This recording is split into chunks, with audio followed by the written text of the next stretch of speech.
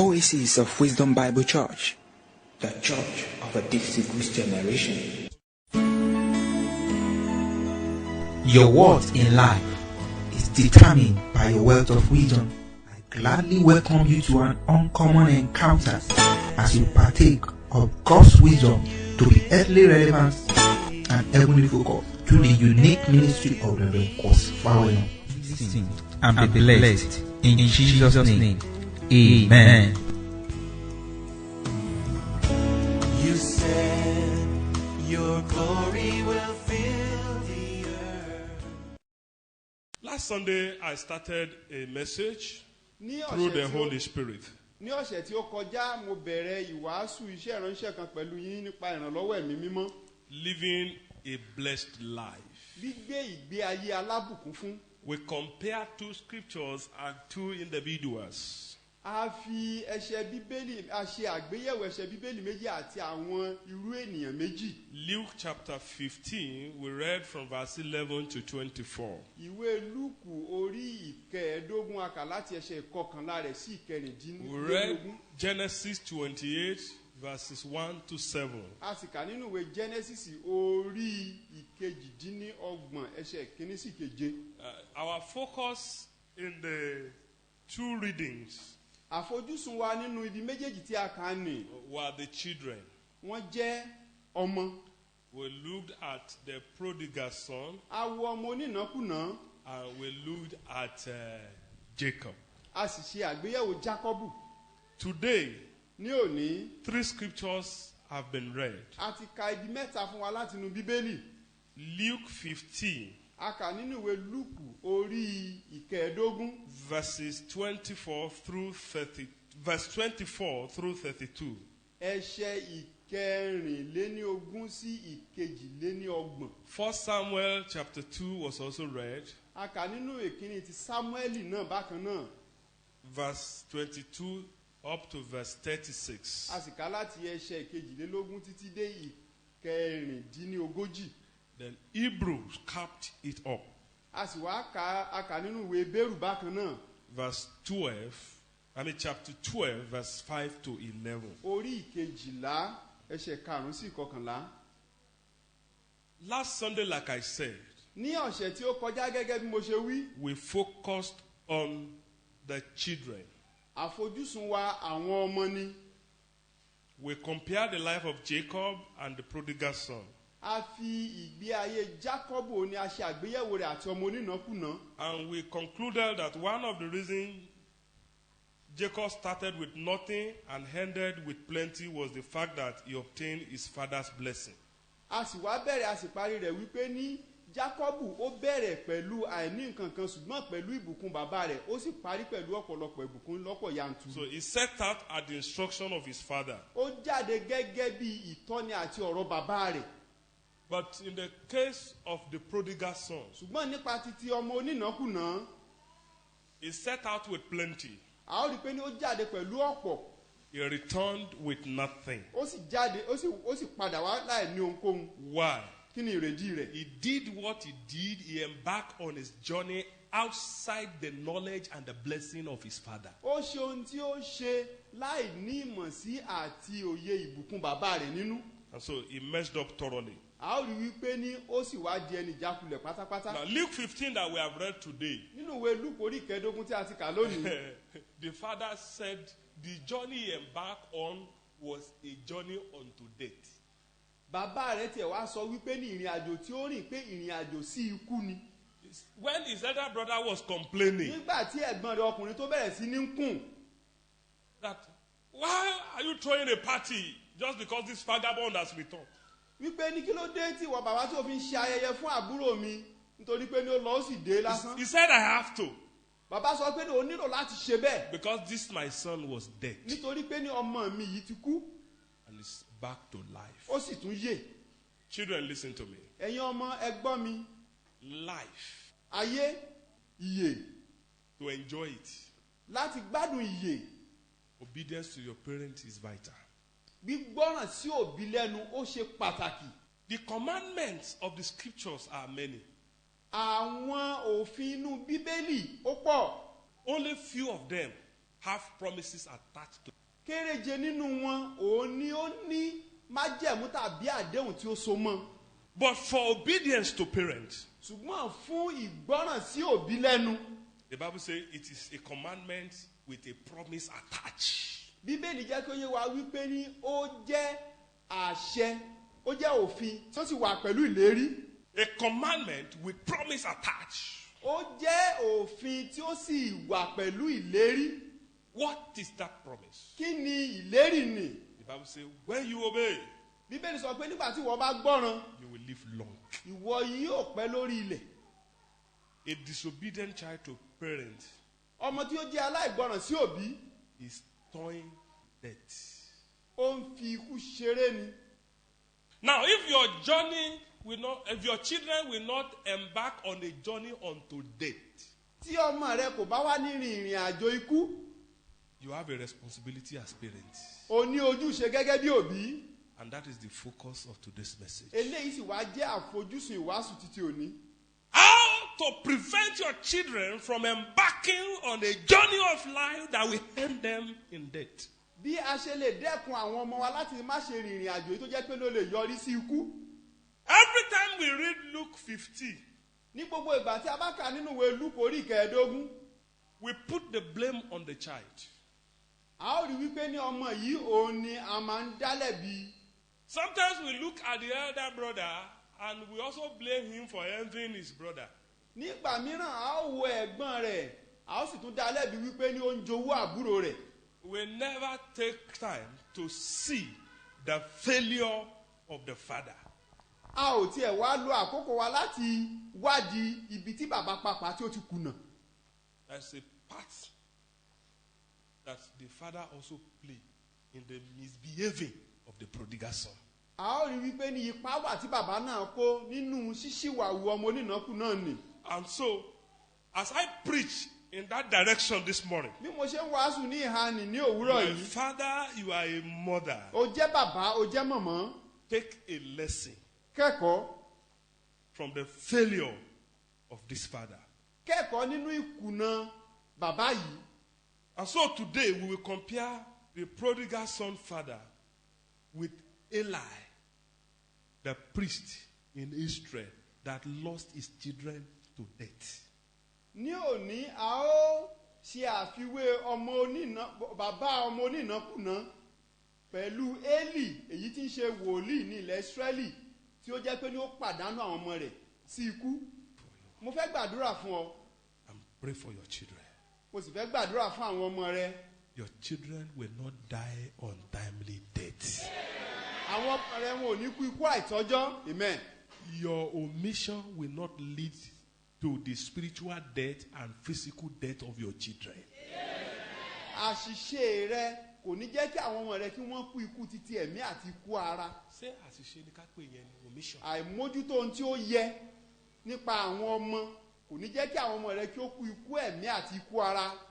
This young boy called the prodigal son ọ̀dọ́mọkùnrin èyí tí a ń pè ní ọmọ onínàkúnà yìí woke up one day ó jí ní ọjọ́ kan and went to his father. ó sì lọ bá bàbá rẹ̀. And he said, Father, ó ní bàbá give me. fún mi. That story is a story we have read over and over and over again. ìtàn yìí jẹ́ ìtàn tí a ti kà láti ìgbàdégbà. And I've tried to compare versions with versions. mo sì ti wá fi oríṣiríṣi ẹ̀dà wé oríṣiríṣi ara wọn. I never see a place where the father raised objection to the unusual request of the child. mi ò wá rí ibi tí wọ́n ti ẹ̀kọ́ sí wípé ní gbogbo ìgbà tí ọmọ yìí bá ń béèrè fún nǹkan mi ò rí ibi tí wọ́n sọ pé bàbá rẹ̀ kò sọ pé ní rárá kò rí bẹ́ẹ̀. There was not a single objection. kò sí ibì kan tí ẹ ti lè sọ pé bàbá sọ pé rárá n tó ń fẹ́ yìí mi ò ní fún ọ. So the boy grew up ọmọkùnrin náà dàgbà from a background of always having his way.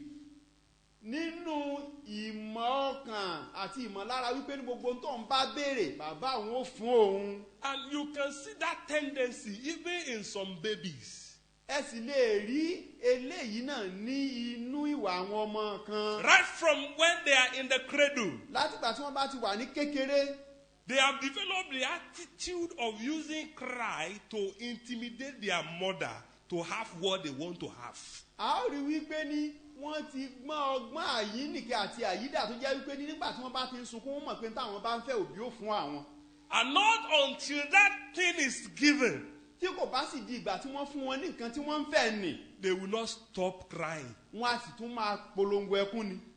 And then we have a culture of saying they are children. They don't know what they are doing. When they grow up, they will change. a sì ní ìwà abínibí wípé ní ọmọ kékeré ni wọ́n nígbà tí wọ́n bá dàgbà wọ́n ó yí padà. So allow a child to always have his way. Don't mistake it for love. It's not love. wípé ní ẹ̀ ń gba ọmọ láàyè wípé ní ohun tó bá sà ti ń fẹ́ ẹ̀ ń fún un ẹ má ṣe ṣe àṣìṣe rẹ̀ wípé ní ẹ fẹ́ràn rẹ̀ ni o. So the father of the prodigal son is one father that is so passive, no gravity. a ó rí i pé ní bàbá ọmọ onínàkúnà yìí ó jẹ́ ẹni tó jẹ́ pé ní a lè sọ wípé ní ẹni tí ò jẹ́ ẹni tó mú yányán tó nípa wípé ní ó ní ìwà pé ní tó bá ṣàtìfẹ́ fún un. So he allowed the prodigal son to always have his way, just as Eli did with his children. ó gbà kí ọmọ onínàkúnà yìí kí ó rí ohun tí ó bá ń fẹ́ kí ó fi fún un gẹ́gẹ́ bí Élì ṣe ṣe pẹ̀lú àwọn ọmọ rẹ̀ So náà. the story of the prodigal son is also the story of how not to raise your child if you want him to live a blessed life. ìtàn ọmọ onínàkúnà ó jẹ́ ìtàn wípé ní bí o kò ṣe gbúdọ̀ tọ́ ọ̀nà tí o kò gbúdọ̀ gbà tọ́ ọmọ rẹ tí o bá fẹ́ kí ayé rẹ̀ kí ó nítumọ̀ kó wúlò. Can somebody check verse 27 for me in 1 Samuel? ìkíni Sámúẹ́lì. And there came a man of God to Eli and said to him, Thus saith the Lord, and you honor your son above me. Now, that's what I need. To honor your son. What? Above me. láti pọ́n àwọn ọmọ rẹ lé ju èmi lọ. That was the accusation God sent the prophet to give to Eli. a ó rí wípé ní eléyìí jẹ́ ẹ̀bi tí Ọlọ́run tí ó dá Élì. Eli knew quite all right that what his children were doing were evil. Élì mọ̀ wípé ní ohun tí àwọn ọmọ òun ṣe ohun aburú ni. But there is a kind of what I call misconceived love in his heart for the children.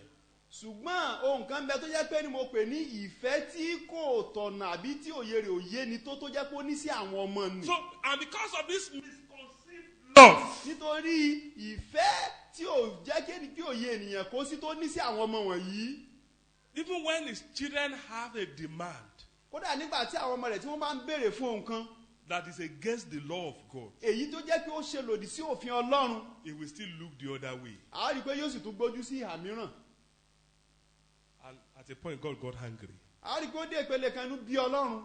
God said to him, Ọlọ́run sọ fún pé ní You honor your children wípé ní ìwọ ń bu ọlá fún àwọn ọmọ rẹ above me. ju èmi lọ.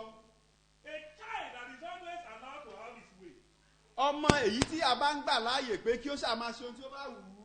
will end up losing his head. a ó rí i wípé ní yóò padà sọ orí rẹ̀ nu ní.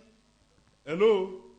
You know when you say a child loses his head, ǹjẹ́ ẹ mọ ìtumọ̀ tí a bá sọ pé ní ọmọ sọ orí rẹ̀ nù? it will go out of control. a ó rí i pé ní ó di ọmọ tí ò ṣe bá wí mọ́. That was exactly what happened to the prodigal son. a ó rí i pé ní ohun tí ó ṣẹlẹ̀ sí ọmọ onínàkúnà ni èyí. That was exactly what happened to the two sons of Eli. ohun tí ó ṣẹlẹ̀ sí àwọn ọmọkùnrin Élì méjèèjì ni èyí. To the extent that they were sleeping with women at the temple gate. ó burú jáde débi wípé ní wọ́n ń bá àwọn obìnrin lò pọ̀ ní ẹnubodè tẹ́ḿpìlì. And so when God came to accuse the father, nígbà tí Ọlọ́run sì wá dé láti bá bàbá wọn wújọ́, God was not actually talking about the sin, Ọlọ́run kò tiẹ̀ máa sọ̀rọ̀ nípa ẹ̀ṣẹ̀, but he was talking about the cause of the sin. ṣùgbọ́n Ọlọ́run sọ̀rọ̀ nípa ohun tí ó fa ẹ̀ṣẹ̀ nì. Many of you are going all over the place and praying and asking for God intervention over the bad attitude of your children. ọ̀pọ̀lọpọ̀ yín ló jẹ́ pé ní ẹ̀ ń lọ káàkiri ní orí òkè ní pẹ̀tẹ́lẹ̀ nípa ìwà àìdá tí àwọn ọmọ yín ń hù. You are actually not dealing with the root. ẹ ò tí wá fojú tó gbòǹgbò ìwà náà. The root of the matter is that are you also not honoring your child above the law of God? Ohun tí ó sì wá ṣe gbòǹgbò ìwà tí wọ́n hù náà ni wípé ní ṣé ẹ̀yin náà ẹ ò máa bu ọlá fún àwọn ọmọ yín ju Ọlọ́run lọ. So God through the prophet told Eli, Ọlọ́run nípasẹ̀ wòlíì ó sọ fún Élì he said, you honor your children above me. wípé ní ìwọ bu ọlá fún àwọn ọmọ rẹ jù mí lọ. And the beginning of honoring children above God is when you allow them to have their way over everything. Ọ̀nà tí a sì lè gbà wípé ní láti máa bu ọlá fún àwọn ọmọ ju Ọlọ́run lọ ni wípé nígbà tó bá ṣe pé ohun gbogbo tí wọ́n ń béèrè fún náà ni à ń ṣà ń fi fún wọn. So a child that is always allowed to have his way will end up losing his head and in the long run get lost on the way. A ó rí wípé ní ọmọ tó jẹ́ wípé ní ohun gbogbo tó bá ń fẹ́ òun náà ni à ń fi fún. A ó rí pé irú ọmọ bẹ́ẹ̀ ó máa ń ya ìyàkuyà náà ni a sì di akùnà àti ọmọ tí ó sọnù pátápátá. So we were not told A ò sọ fún wa that the father of the prodigal son actually trained that boy. a ò sọ fún wa wípé ní bàbá ọmọ onínàkúnà wípé ní ó tọ́ ọmọ rẹ̀. We were also not told that Eli trained his children. A ò sọ fún wa wípé ní Élì ó tọ́ àwọn ọmọ rẹ̀. And many parents today are making the same mistake. Ọ̀pọ̀lọpọ̀ òbí lónìí náà wọ́n sì ń ṣe àṣìṣe yìí. Prayer is good, Àdúrà dára. but some parents think prayer is the only responsibility they have over their children. Ṣùgbọ́n ọ̀pọ̀ òbí rò wípé ní àdúrà nìkan ni ojúṣe tí àwọn ní lórí ọmọ. And their prayers are not answered because the things that precede prayer, they have failed in it. Àdúrà wọn kò sì wá jẹ́ ìtẹ́wọ́gbà nítorí pé ní àwọn nǹkan tí ó yẹ kí wọ́n ṣe ṣáájú àdúrà wọ́n ti kùnà nínú So rẹ̀. training is the number one blessing that you can give your child if you want your child to live a blessed life. Ìkọ́ni òun ni ohun tí ẹ lè fún ọmọ tí ẹ bá fẹ́ kí ọmọ yín kó gbé ìgbé ayé alábùkún fún. Number two, Ohun ẹ̀kejì, discipline is the second blessing. ìbáwí ó jẹ́ ìbùkún ẹlẹ́ẹ̀kejì. Hello. In Hebrew 12 that we read, Nínú ìwé Hébérù orí ìkejìlá tí a kà the ní. scripture made it very clear in verse 8 that a child that is not disciplined is being treated as a bastard. A ó rí i pé Bíbélì jẹ́ kí ó yé wa gbangba níbẹ̀ wípé ní ọmọ èyí tí a kò bá báwí wọ́n máa ń yàtọ̀wọ́ ara wọn ni. So it is when these two, that is, training and blessing, are in place that prayer of blessing can effectively work in the life of children. Nígbà tí ìbáwí àti ìbùkún tí ó bá wà lórí ayé ọmọ, nígbà ní àdúrà ìbùkún tí a ń gbà fún ọmọ òun ni yóò wá sí ojúṣe tí yóò sì ṣiṣẹ́ But nínú if ayé the wọn. first two are missing, Ṣùgbọ́n tí méjèèjì yìí tí ó bá kùnà, the only effective prayer you can pray is a prayer of deliverance. àdúrà èyí tí ó jẹ́ ìtẹ́wọ́gbà tí ó lè gbà òun náà ni àdúrà ìtúsílẹ̀. And the prayer of deliverance is always a hard prayer. A ó sì wá rí i pé ní àdúrà ìtúsílẹ̀ a máa jẹ́ àdúrà tó lágbára. It takes time. Ó máa ń gba àkókò. You see, witchcraft and sorcery and mommy water spirit is easier cast out than the spirit of waywardness and stubbornness in the life of a child. Ẹ̀mí oṣù ẹ̀mí àjẹ́ ẹ̀mí mọ̀mí wọ̀tá ó rọrùn láti lé jáde ju ẹ̀mí alárìnkiri ẹ̀mí ìṣekúṣe lọ nínú ayé àwọn tí irú rẹ̀ bá ń ṣe. Mo gbàdúrà lórúkọ Jésù. I pray in the name of Jesus. Ọmọ yóò ní ya bọ́ọ̀lù gi. Amen. So if you want to pray a blessing over your children and you want the prayer to be easily answered, first give that child training and give that child discipline when necessary. Ẹ kọ́ ọmọ náà, ọmọ tí ẹ bá fẹ́ gbàdúrà ìbùkún fún kí ẹ sì bá wí, òun ni àdúrà ìbùkún ni yóò ṣe jẹ́ ìtẹ́wọ́gbà nínú ayé rẹ̀. If you miss out in the first two, Tí ẹ bá kùnà láti ṣe ohun méjì wọ̀nyí, your prayer of deliverance and restoration may be coming too late. àdúrà ìtúsílẹ̀ yín àti ìdápadàbọ̀ sípò ó lè jẹ́ ohun tí ó pẹ́ tí ó lè mọ́ bá mọ́. That was the case of Eli. Irú ipò tí Élì bára rẹ̀ ní èyí. The story of your life Ìtàn ayé rẹ̀ will not be the story of Eli. kò ní jẹ́ ìtàn ayé Élì. Àmín. In the mighty name of Jesus. Lórúkọ Jésù alágbára. So teach your children to know this, Ẹ kọ́ àwọn ọmọ yín láti mọ èyí. that denial is a blessing in disguise. Wípé ní àìfún wọn ní ohun tí wọ́n ń fẹ́ ó jẹ́ ìbùkún tó jẹ́ wípé ní ènìyàn lè má tètè fojú rí. Denial is a blessing in disguise in some circumstances. Àìfún wọn ní ohun tí wọ́n ń fẹ́ nígbà tí wọ́n ń béèrè fún ni ó jẹ́ ìbùkún tí ènìyàn kò lè fojú rí ní ọ̀pọ̀ ìgbà. Because giving your child what is not mature to manage is not love, it is death in disguise. Fún ọmọ rẹ ní ohun tí ó ń béèrè fún nígbà tí kò tí ì tó ṣe ìkápá lórí irú ohun tí ó ń béèrè fún ni a ó rí i pé ní ikú ló padà máa ń já sí. But in such a circumstance, when a child is demanding for what he cannot manage and you deny that child, it is deliverance from danger. A wá rí i pé nígbà tí ọmọ bá ń béèrè fún ohun tó jẹ́ wípé ní kò ní ìkápá lé lórí tí ẹ kò sì wá fún ẹ wá rí i pé ní ẹ ń yọ kúrò nínú ewu ni. Discipline is necessary for proper development of a child into a responsible adult. Ìbá ọmọ wí ó ṣe pàtàkì láti tọ́ ọmọ láti dàgbà àgbà tó tójú bọ́ tó sì wúlò. I have this counsel for you. Mo ní ìmọ̀ràn yìí fún yín. Don't allow Satan to turn your love for your children to the loss of your children. Má ṣe gba Sátánì láàyè láti mú ìfẹ́ tí o ní sí àwọn ọmọ rẹ di ọmọ tí yóò padà sọnù mọ́ ọ lọ́wọ́. Love for your children Ìfẹ́ sí àwọn ọmọ yín must not make you to lose them. kò wá gbúdọ̀ di ohun tó jẹ́ pé yóò jẹ́ kí ẹ pàdánù wọn. It was love, too much love for the prodigal son Ìfẹ́ àfẹ́jù èyí tí bàbá ọmọ onínàkúnà fẹ́ ọmọ náà that made him to lose him.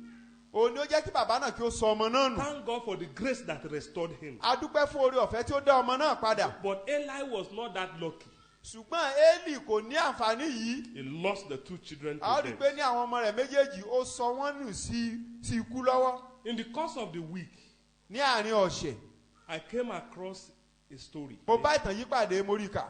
And it captures the spirit of this message. A ó rí i wípé ní ẹ̀mí ìwàásù yìí ó sì wá kó ní àkóyawọ́. And so I will read it to you. Màá kà á sí yín. The writer of the story is Dr. Adesida Adewumi. He works in the Department of Family Medicine, Aminu Kano Teaching Hospital. Ẹni tó kọ ìtàn yìí, orúkọ rẹ̀ ni oníṣègùn òyìnbó Adesida Adewumi. Ó ń ṣiṣẹ́ nílé ìwòsàn ńlá ti Yunifásítì ìlú Kano. The topic of the story is Daddy promised me a dental brace if I could pass my exams. Subtitled Another Lesson from Inside My Consulting Room. Bàá mi, ó ṣèlérí fún mi pé tí mo bá ṣàṣeyege nínú ìdánwò, ó fún mi ní, ó ka eyín mi nílé ìwòsàn, yóò sì fi irú ìtàwọn arúgbó máa ń lò, yóò fi sí. He came in with his father into my consulting room. They were almost passing for twin brothers. The only difference was the build and the look. The look, the father had more build and obviously looked older. That was the result of adolescent rapid growth. Adolescents are people between 10 and 19 years. My patient was 16. Many things are special about people in this age group. One prominent thing in their thinking and view about life, they believe in fairy tales a lot. They believe in fairy tales a lot. Don't mind me, like I was not once in the same dreamland before age and reality of life woke me up. What did I own this visit? Victor, I asked my patient, although that is not his real name. He went straight to the point. My dad promised me a dental brace for my exam success. I just passed, so I was here to get my brace. They had gone to dental unit of the hospital earlier. They were directed back to general outpatient department to get referral. So Victor was in my consulting room to get the referral letter to the dentist to get his dental brace promised him for exam success by his father. I asked him, any tooth anomalies? What was his reason for wanting a dental brace? I was shocked the answer Victor gave me. And this was what prompted me to write this piece. He said the celebrity he loved was using dental brace. That was why he wanted it. I am not sure I had the reason Victor gave me when. As a general practitioner, I know people use dental brace for cosmetic reasons. But a teenager of 16 years without teeth anomalies wanted dental brace because his hero celebrity he was watching on TV was using it. This shock made me to turn to the father who granted such a request. In fact, bigger shock came from the father. I asked him if he had the reason his son gave for getting a dental brace. He said, yes. And further justified by saying, doctor, what can I do? He said that was what he wanted for his success in the exam. Even at home, that was how he behaved. Anything he wanted, if you didn't give him, he would not be happy again. Or daddy. Did I just hear that from Victor dads too? I screamed in my head. A 16-year-old boy dictates what he wants to you at home, and you are the father and parent. The father smiled back sheepishly. Seriously, ladies and gentlemen, I entered counseling mode immediately. I saw impending danger here. The future of a young man was at stake. I saw wrong parenting for an adolescent here.